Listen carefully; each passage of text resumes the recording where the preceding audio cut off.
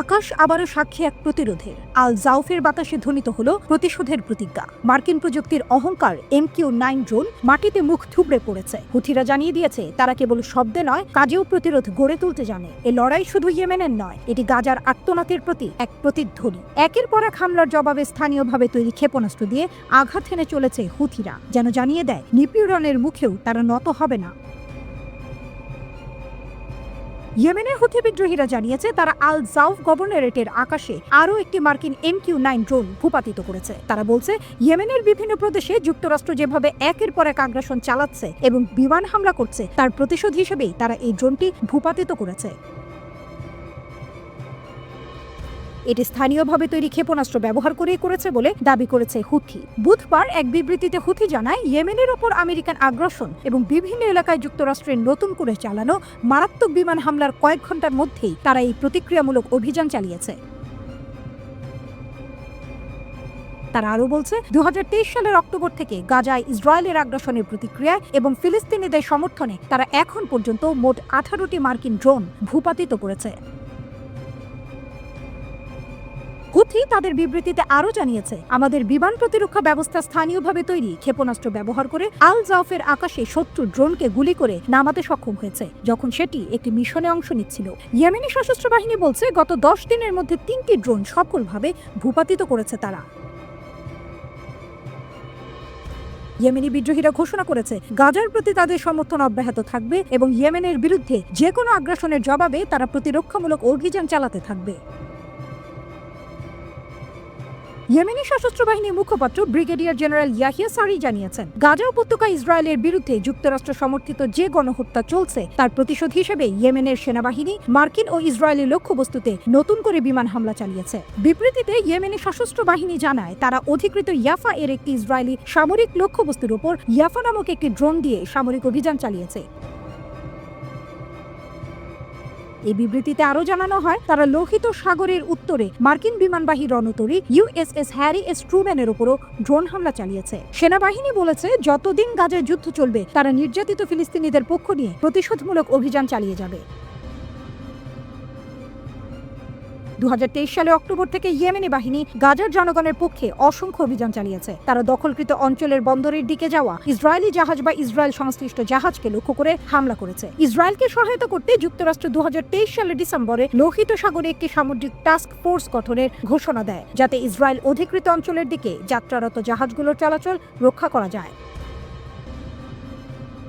এর জবাবে ইয়েমেনি বাহিনী আরও জোরালোভাবে প্রতিক্রিয়া জানায় এবং যুক্তরাষ্ট্র ও ইসরায়েলের কৌশলগত ও সংবেদনশীল লক্ষ্যবস্তুতে তাদের হামলা আরও তীব্র করে তোলে। 19 জানুয়ারিতে গাজায় একটি যুদ্ধবিরতি কার্যকর হয়েছিল, কিন্তু মার্চ মাসে ইসরায়েল সেটি ভেঙে ফেলে। তার আগে ইয়েমেনি বাহিনী তাদের প্রতিশোধমূলক হামলা সাময়িকভাবে স্থগিত রেখেছিল।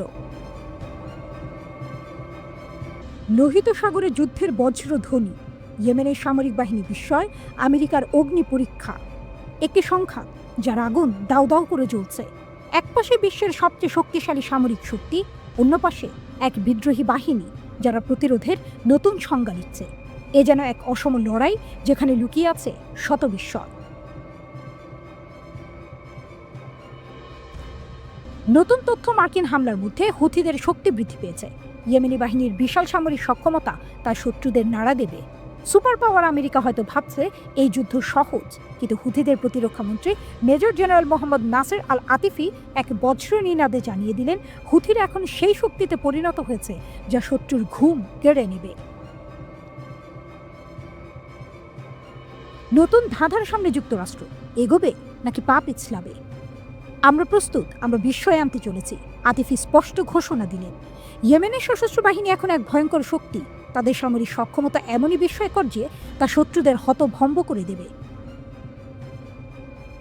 তিনি আরও বলেন ইয়েমেনের সামরিক উৎপাদন ও যুদ্ধ প্রস্তুতিতে বিশাল ও উল্লেখযোগ্য অগ্রগতি হয়েছে। শত্রুরা হতভম্ব হবে আর আমাদের মিত্ররা খুশি হবে। আমরা একটি শিল্প সামরিক ঘাঁটি প্রতিষ্ঠা করেছি এবং আমাদের জন্য সাফল্যের দরজা সর্বদা উন্মুক্ত।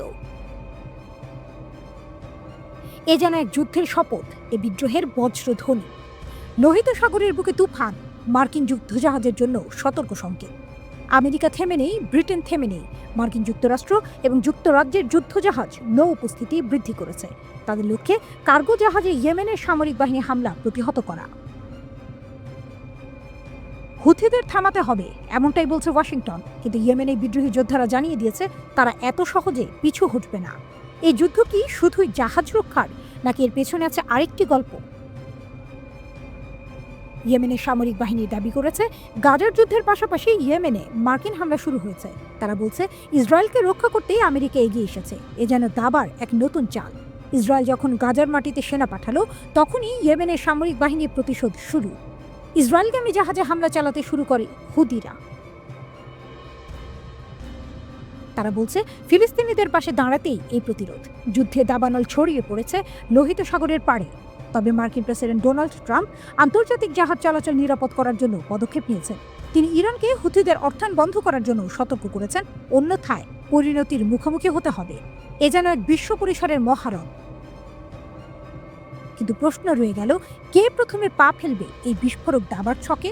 এই যুদ্ধের পরিণতি কি শুধুই সামরিক বিজয়, নাকি বিশ্ব রাজনীতির নতুন সমীকরণ?